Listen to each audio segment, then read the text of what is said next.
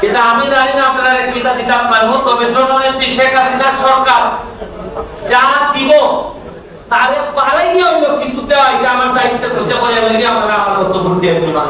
খালি টাকা লইয়া সততার গুলি দেওয়া লোক আমি না, আমার এলাকা কেটাই কিটা আমার মধ্যে আমি বলে যদি কোনো খাতা খানিটা ওর তাইও খাতা দায়িত্ব আমার মধ্যে বলে বলে না কিটা এটা আমি কইরা জানলাম। আপনি দেখবেন যে আমার লোক সব লোক সারা ঠিকঠাক আমার বেশি দেয়। শুরু করিতেছি মহান আল্লাহর নামে, যিনি পরম করুণাময় এবং অত্যন্ত দয়ালু। আজকে আমাদের এখানে আমাদের এসিডেন্ট মহোদয়, আমাদের পিআই সাহেব, আমাদের ভাইস চেয়ারম্যান সাহেব, আমার মুরব্বী চেয়ারম্যান সাহেব, বাবু চেয়ারম্যান সাহেব, এখানে ছাত্রলীগের নেতৃবৃন্দ, বাবু, আমাদের যারা আছে এখানে, আমাদের আমাদের ভাই আমাদের জন্ম করে এখানে যারাই আছে সবাই আমাদের এই লোক, সবাইকে আমার ব্যক্তিগত পক্ষ থেকে শুভেচ্ছা অভিনন্দন জানাচ্ছি। আসলে আপনারা জানেন যে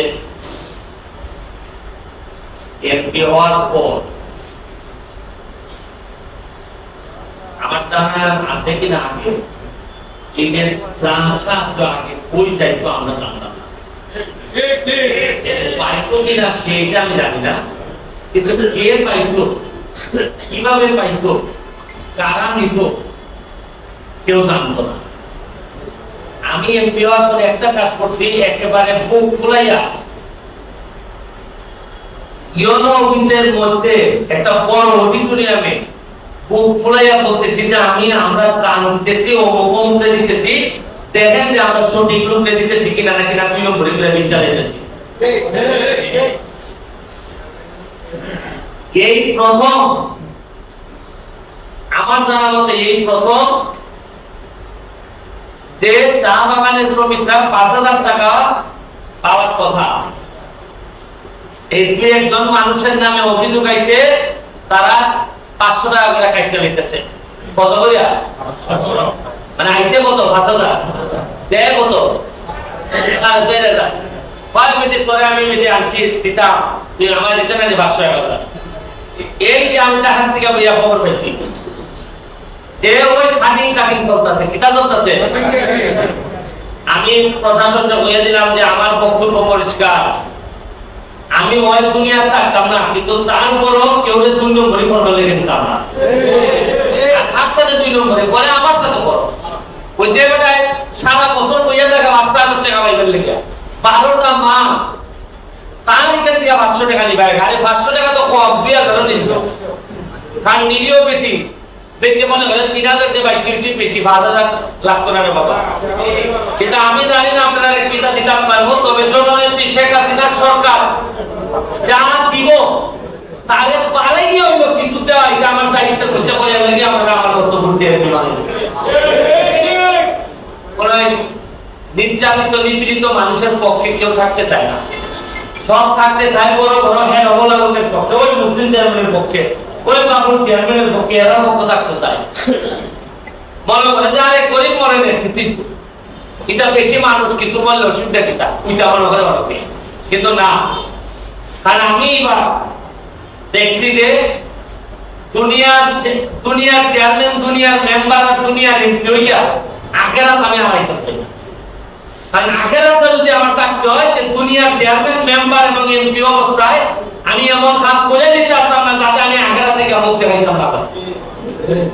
আপনারা এখানের মধ্যে বস্তা, এক একটা বস্তার মধ্যে লেখা আছে যে কিটা একটা পাইবে, একটা বস্তা তুলছেন দেখে একটু, এই যে এই বস্তাটার মধ্যে লেখা আছে, এটার ভিতরে কিটা কিটা আছে, বা এটা যদি যেমন কিছু কম লাগে না তা তো আমার যোগাযোগ করবা।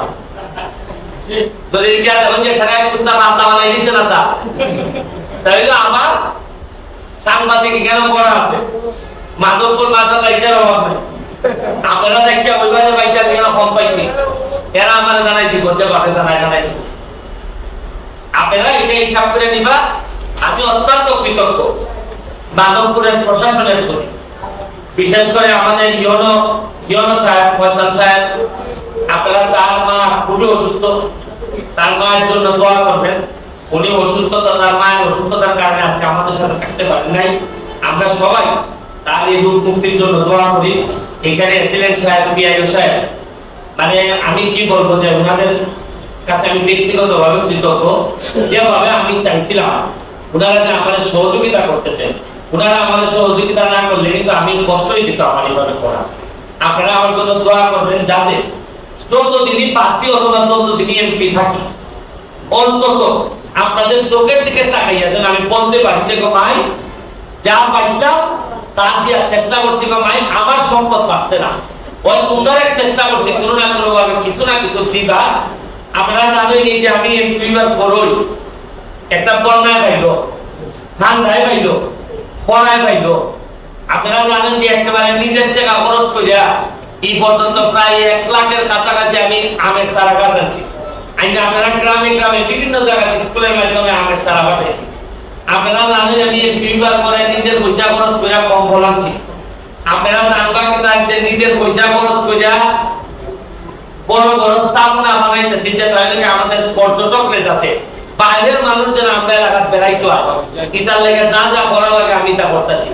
এটা আপনারা বুঝতে না এমপি হিসাবে আমার আপার লেভেলের যে কাজ আমি তা করতেছি।